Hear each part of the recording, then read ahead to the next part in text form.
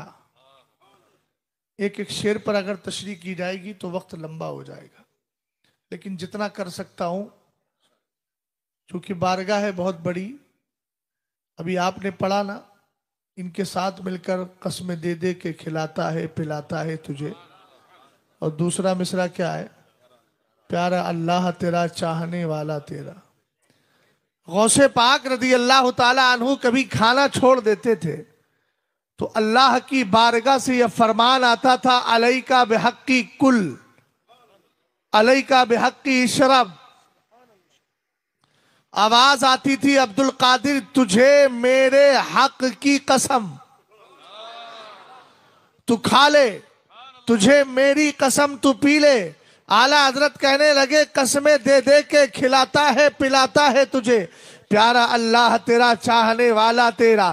سیدی غوث پاک کہتے ہیں وَوَلَّانِي عَلَى الْأَخْتَابِ جَمَعَ۔ فرمایا سنو، پہلے شعر کی تشریح بعد میں کرتا ہوں، پہلے دوسرا شعر آپ سنیں۔ سیدی غوث پاک رضی اللہ تعالی عنہ ایک مقام پر ارشاد فرماتے ہیں، مریدی لا تخف اللہ ربی اعطانی رفعتا نلت المنالی۔ سیدی غوث پاک نے کہا اے میرے مرید تجھے ڈرنے کی ضرورت نہیں ہے۔ اب آپ ذرا تھوڑا سا سیاسی پوائنٹ سے سمجھئے گا، اگر کوئی گاؤں کا چودھری کہہ رہا ہے تو مطلب یہ ہے کہ گاؤں میں نہ ڈرے، اس لیے کہ اس کا دائرہ اختیار اور اس کی پاور اس گاؤں کے اندر چلتی ہے، کوئی آپ کو ٹچ نہیں کر سکتا۔ لیکن تھوڑا آگے بڑھے، کسی قصبے کے پاس جائیں تو وہاں چیئرمین کہے ڈرنے کی ضرورت نہیں، اس لیے کہ دائرہ اختیار اس کا ایک قصبہ ہے۔ تھوڑا اور آگے بڑھے، اگر تحصیل اور تعلقہ ہے تو آدمی کہے گا ڈرنے کی ضرورت نہیں، مطلب کیا ہے؟ ایم ایل اے ہے، اس لیے کہ یہاں ایم ایل اے ہے، اس کی یہ چلتی ہے پورے صوبے کے اندر۔ لیکن ایم پی بولے تو پوری ڈسٹرکٹ میں، مکھ منتری بولے تو پورے صوبے میں، اور اگر پردھان منتری کہے تو مطلب یہ ہے کہ پوری کنٹری میں۔ ہم نے کا دائرہ اختیار آپ نے دیکھ لیا۔ سیدی غوث پاک بلا تشبیہ و تمثیل سیدی غوث پاک کہہ رہے ہیں میرے مرید تجھے ڈرنے کی ضرورت نہیں۔ مرید کہنے لگا سرکار کہاں کہاں ڈروں اور کہاں کہاں نہ ڈروں؟ آپ اپنی پاور کا دائرہ تو بتائے، اپنے اختیار کا دائرہ تو بتائے، آپ کا ایریا کتنا ہے، کہاں تک آپ کی چلتی ہے؟ غوث پاک کہنے لگے تبولی فی السمائی والارض دقت وشاؤس السعادتی قد بدالی۔ یہ پوچھنا چاہتا ہے کہ تیرے پیر کی کہاں کہاں چلتی ہے؟ کہتے ہیں میرے ڈنکے تو آسمانوں میں بھی بجا کرتے ہیں، زمینوں میں بھی بجا کرتے ہیں۔ پتہ چلا غوث کی یہاں بھی چلتی ہے، غوث کی وہاں بھی چلا کرتی ہے۔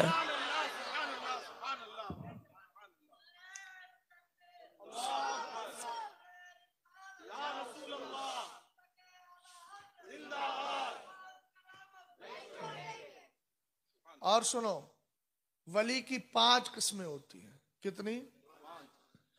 پہلی قسم ہوتی ہے قطب، جس کو غوث کہتے ہیں۔ دوسری قسم ہوتی ہے 2 وزیر، جن کو امامین کہتے ہیں۔ اور تیسری قسم ہوتی ہے افراد۔ یہ سب کوالٹی ہیں ولیوں کی، جیسے آپ بولتے ہیں یہ کانسٹیبل، یہ ہیڈ کانسٹیبل، یہ پولیس والا، یہ ایس او، یہ ایس ایچ او، الگ الگ نام ہوتے ہیں۔ یہاں کیا بولا جاتا ہے؟ سب سے بڑا مقام قطب کا ہوتا ہے، دوسرا مقام وزیرین، 2 وزیروں کا، امامین جن کو کہتے ہیں، اونچا بولو۔ تیسرے ہوتے ہیں افراد،